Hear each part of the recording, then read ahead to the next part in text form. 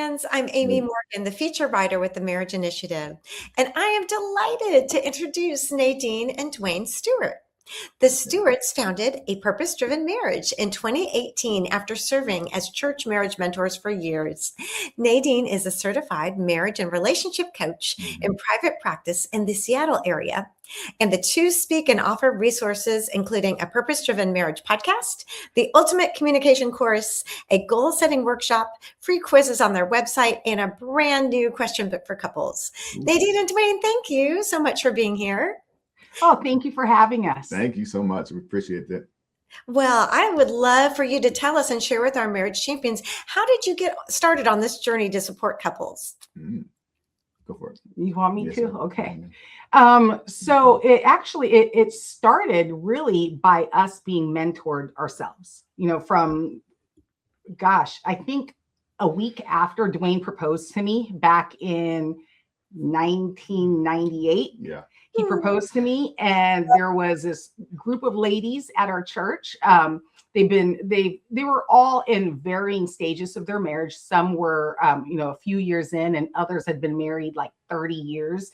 And so they just kind of took me under their wing, and they started teaching me about what married life looked like, what it looks like to be a wife. And one of them was her husband was the pastor of our church. And so he kind of did the same thing with Duane.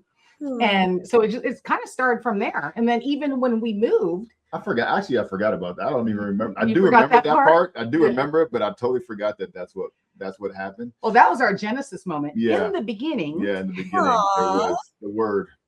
But once we moved out here, we're now married, right? And then we're in Seattle, being established in a church.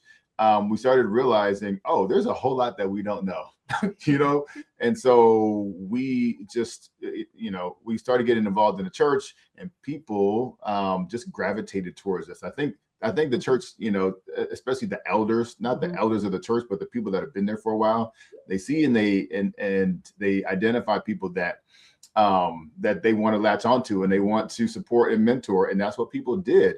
And we realized, wow, this is actually really nice, because they're teaching us things that they've learned. They've been married for 10, 15 years longer than us, but now we're gleaning all that information from them.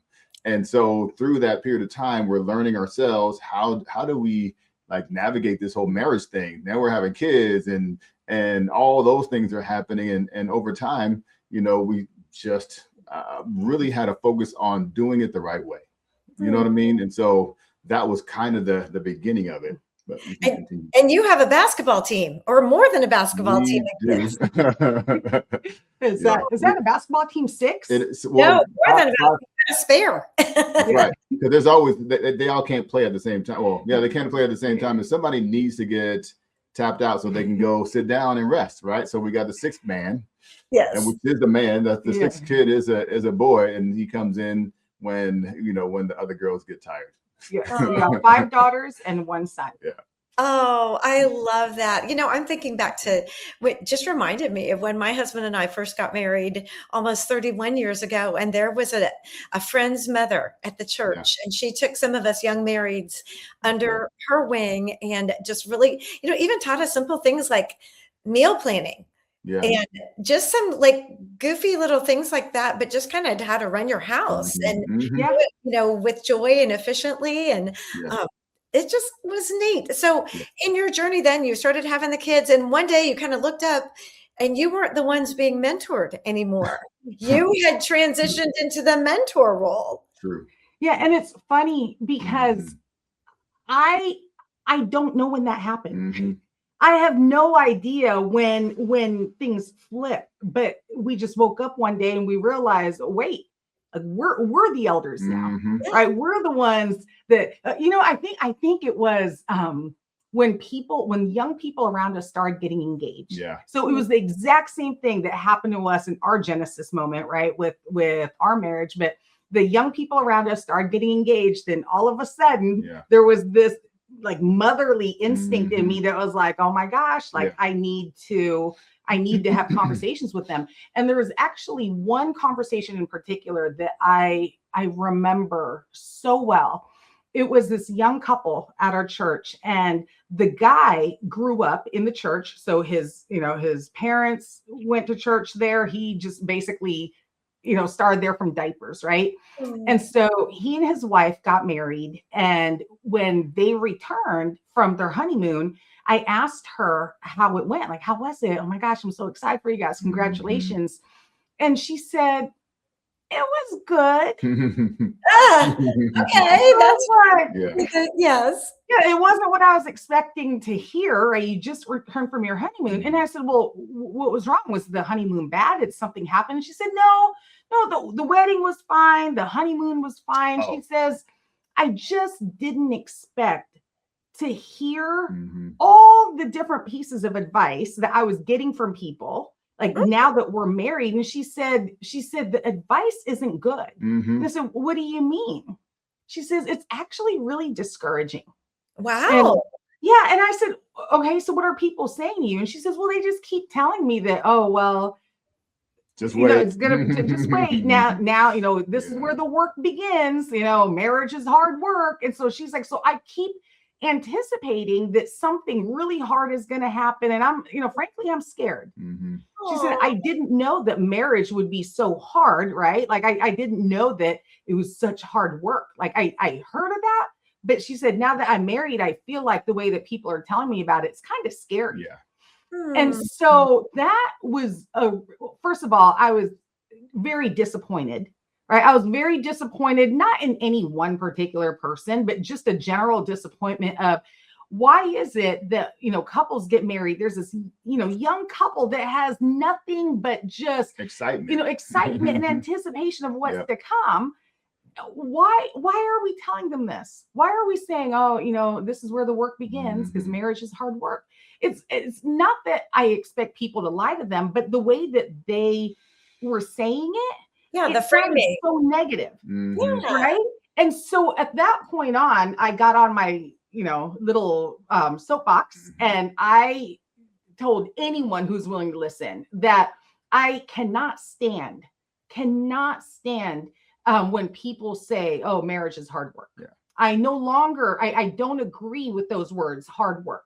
I look at marriage as an investment, right? When we think of something that's hard work, right? Like if you knew that, oh my gosh, to wake up tomorrow for some hard work, right? Like, how excited are you going to be? Yeah. Right. I mean, I don't get excited. I'm thinking, oh, I'm going to have to dig ditches tomorrow. And I don't want to do that. Right.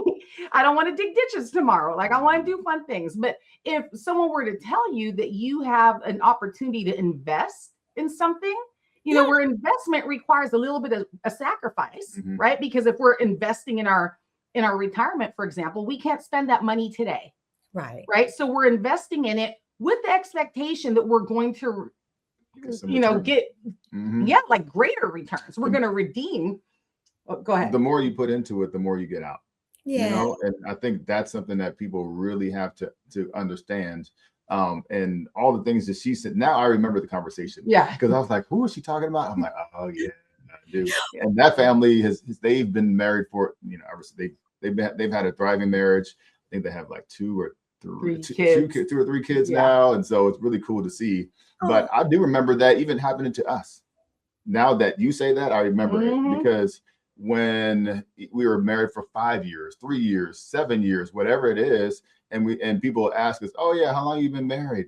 And they might have been married for 20 something, right?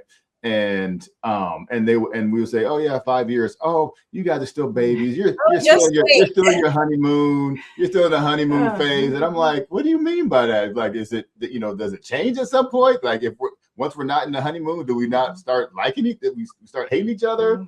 So I think about that, and I'm like, you know what? People do have the vets, the OGs. Sometimes they tend to have more of a negative view on marriage because they've been through some stuff, and that's okay. But I think it's really important, and we both share this, is that we have to encourage people to look at the bright things, the things that are positive, and be encouraged that, things are going to happen.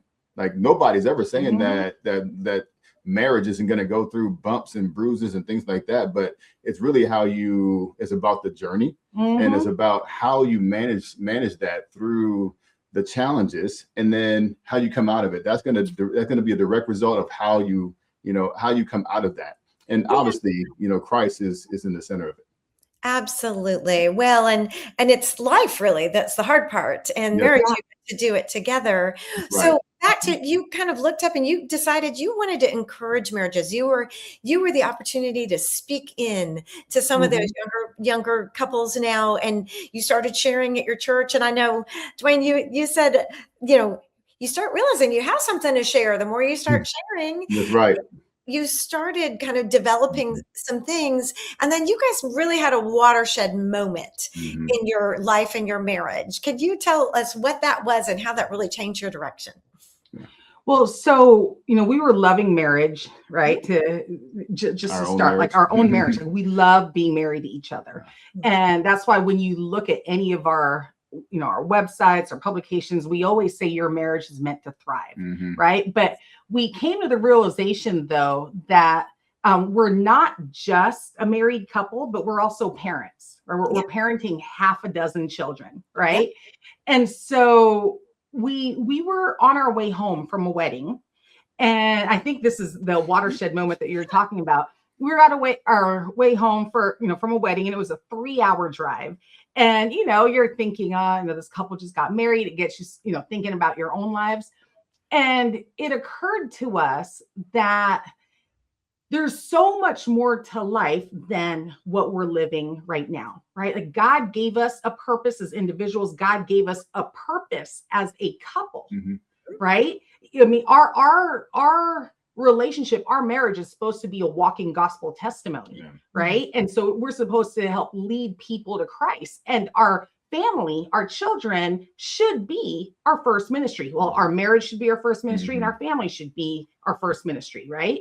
And so we started just, really just talking about, are we ministering to the people that God put in our lives well, right? And so then that got us thinking about, well, how do we know if we are? Like, how do we know? Because like, we can ask ourselves, and we could maybe pat ourselves on the back and say, I think we're doing a fantastic job, but we don't really know, right? So that got us starting to think further and further ahead, like into the future. And so we did this little exercise where we tried to visualize what our life would look like at the end of our life, and whether or not, if in that moment we asked each other, have we lived a good life, right? Like, have we lived a successful life in terms of operating within our purpose, in terms of doing what God says we're supposed to do?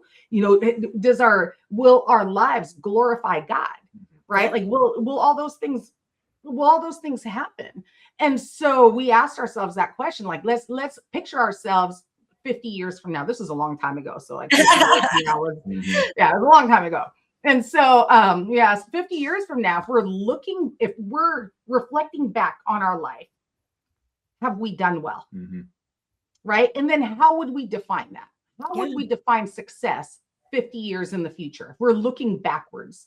And so we decided to define what that would be for us at the time. And we realized that how we would define success the day before the Lord takes us home was at the time very different from how we define success in that moment of our lives.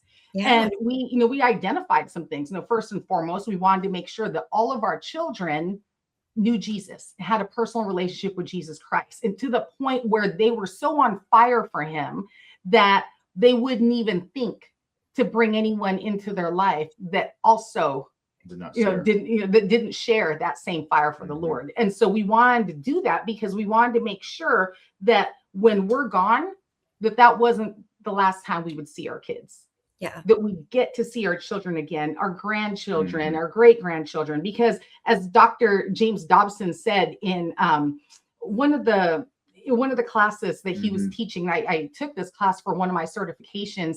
He talked about how we have the opportunity to impact up to 5 generations in our family. And so we're like, if it's 5 generations, how are we doing?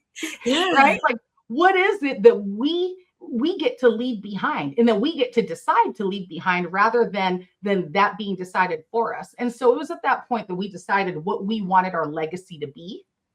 And we made some very major changes.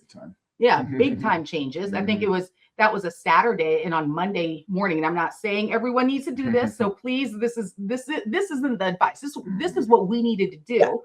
But Monday morning, I quit my job, my corporate job, because we realized that was no longer a part of what I was supposed to be doing. Yeah. Like that season had ended, and God had a new season for us. We didn't know quite what it was yet at the time, right? We didn't know, but we knew it was something.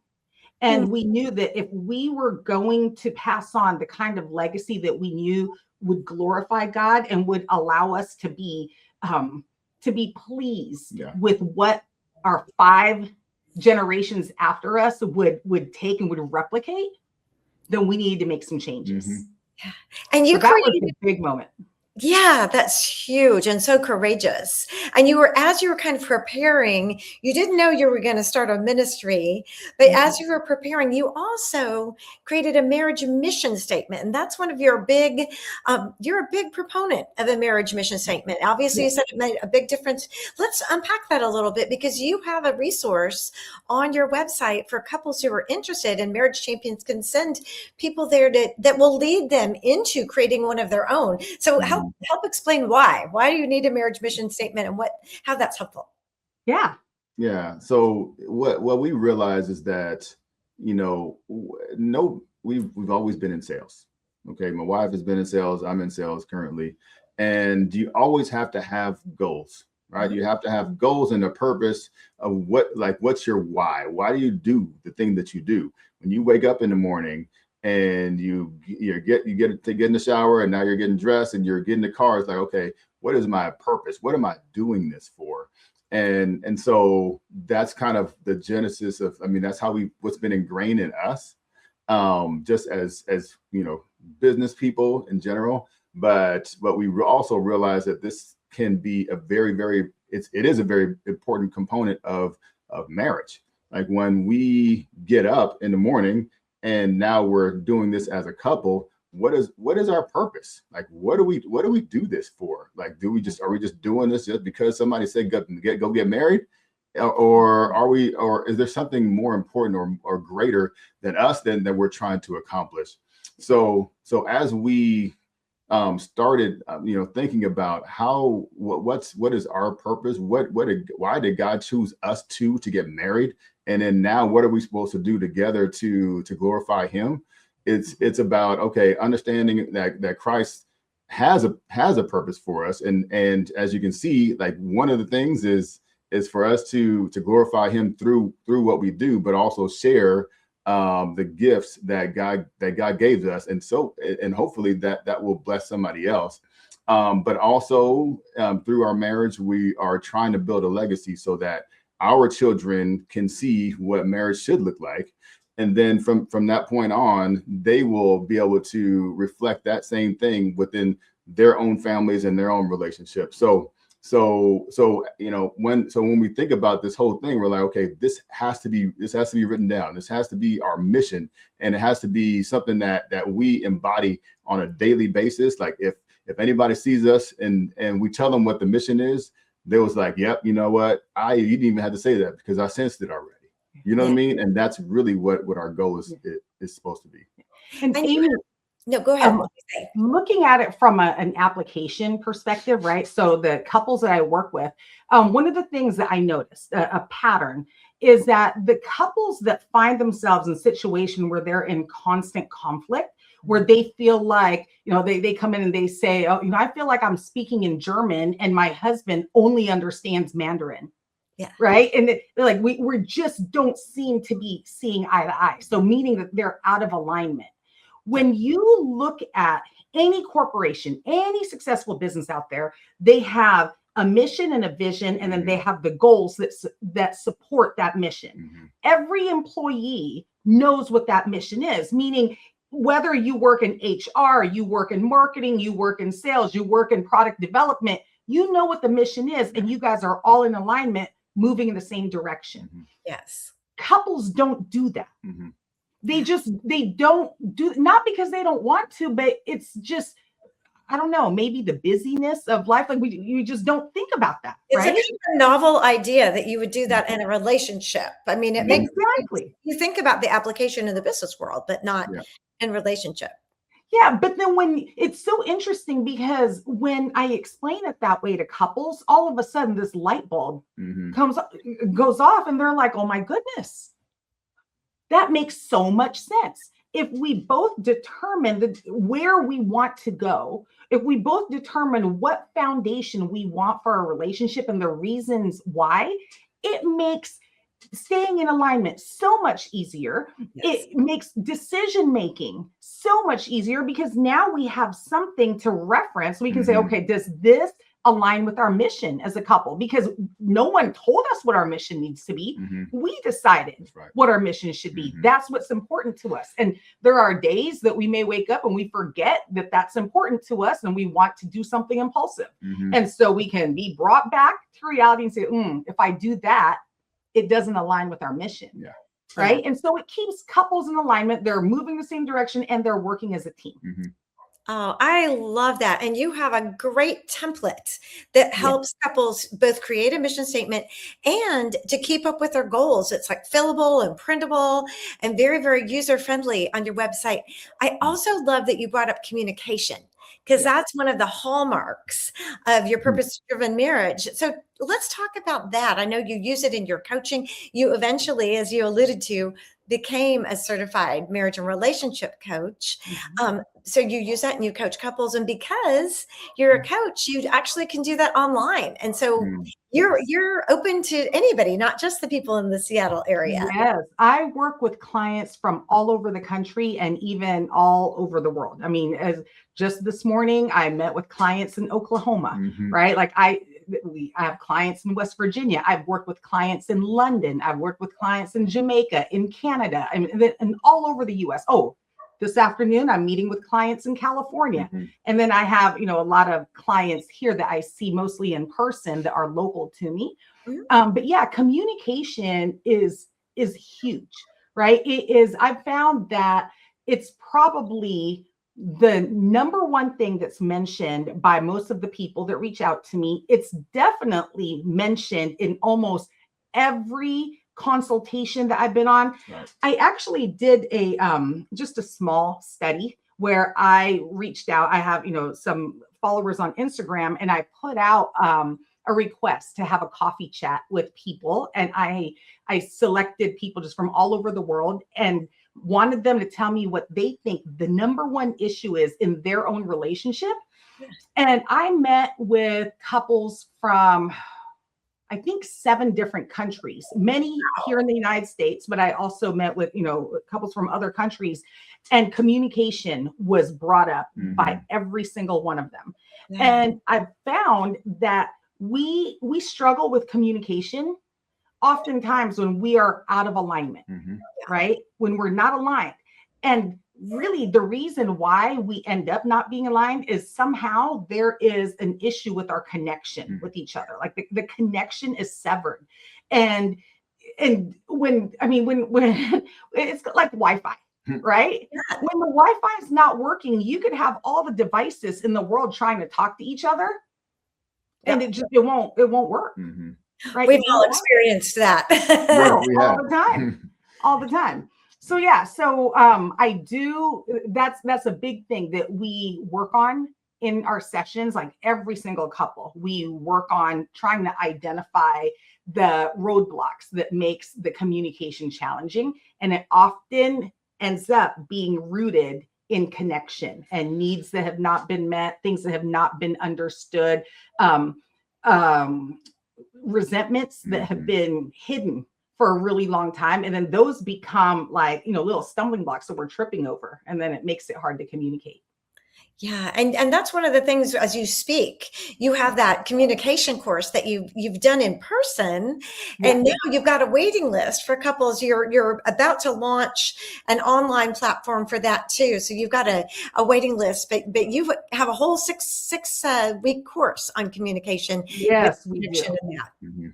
We do. We have it's a recorded course. And so it comes with both video teachings and then homework assignments. So things that couples can do to apply what it is that they learn in the video teaching. And the thing I love about it is that they not only have the homework assignments, but they also have resources and tools that they can continue to use over and over and over in their own relationship and refer back to when they go through struggles. Well, and that's one thing Duane said too, that as you were teaching at church and learning, so many things just didn't really have that practical application. Right. And that's something that you really want to make sure that you incorporate. Yeah. I mean, it's in church, especially, it's really important to emphasize the biblical aspects of marriage, right? What your role is, what God says about it, just how to navigate things. And we've taught all those courses, but what we realize as we're talking to people is that everybody has to live, day to day.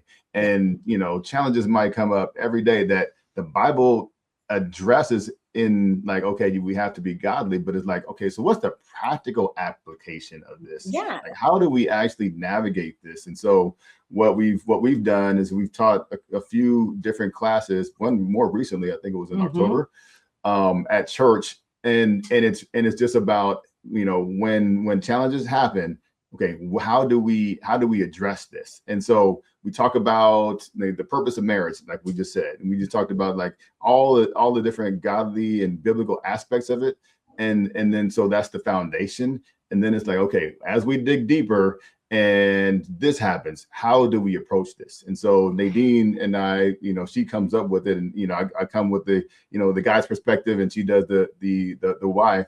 But we're able to really answer questions for people and give them tools to be able to navigate and address some of the challenges that might come up with conflict management, all those types of things. And let me tell you, it is so nice to see when people they bring up whatever challenges they're dealing with, and they address it right then.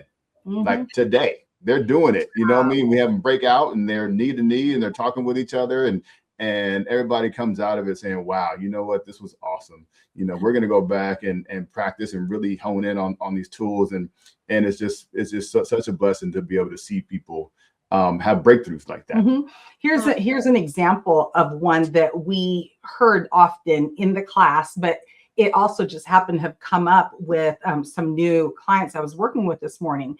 They say, when we're dealing with conflict, my wife wants to talk about it, right? Like she wants to talk about it right now. She wants to, come up with a resolution. She wants to tell me about how she feels and why this upsets her. And she's upset because I shut down. She's upset because I would rather walk away. And, some of them say, I've left the house. And he's thinking I'm diffusing the situation because if we try to engage, it's going to turn into a bigger conflict. And so why don't we just walk away from each other and bring this up again in a day or two? And he doesn't understand why, to her, conflict without resolution feels like rejection. He doesn't understand that. He's thinking, look, I'm taking charge. I'm diffusing this. And he has no idea that whole time that he's making his wife wait, she feels like he's rejecting her over and over. And she's just getting more and more upset. Yeah. What an eye opener. And I know too, before that's something I really think that our marriage champions are like going to be eagerly anticipating when the wait list clears and you're able to offer that to them. But you do have a resource that you're just coming out with right now, a book with questions. Let's take just a minute to talk about that, because this is your brand new baby. Yes, we are launching it just in time for Valentine's Day. So really, really excited about it. But it is 365 days to a stronger marriage. And that's what it's called. And it's basically one question a day for a year to try to get couples to engage in conversation. Amy, here's a really, really funny thing that you would never even imagine is the case. many couples, they're like, yeah, we don't really talk to each other much because we don't know what to talk about, right? Like we talk about the kids, and then once we've gone through the list of kids, now what? Now what are we going to talk about, right? And so couples have gotten out of the habit, out of that rhythm of talking about just the stuff that we talked about when we were dating, right? The things that were interesting to us. And so we provide 365 plus 35 bonus questions. And so for date nights and things like that. But we provide one question for every single day of the year. And it could be something that's just funny, like a hypothetical, hey, you know, if we were, you know, I won't even come up with, I can't remember any of the questions off the top of my head right now. There's so many. Throw us one real quick. Yeah. And then some really like deep ones, like, you know, what is a dream that you had in your childhood that maybe you've given up on, but you may rethink, right? Like you may want to still pursue, right? Like those types of questions that get you, you know, it makes you feel a little bit vulnerable, but hey, vulnerability breeds intimacy. So you feel like you're missing intimacy in your marriage, get vulnerable. Right. So we're excited to launch that. That will be coming out the week before Valentine's Day.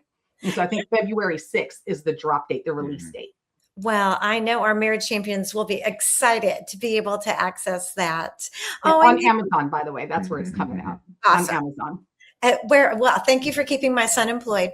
Love it. Well, Nadine and Duane, thank you so much for this valuable information. And marriage champions, if you'd like to know more about the Stewarts, you can always find us at marriageinitiative.org or marriageresources.org.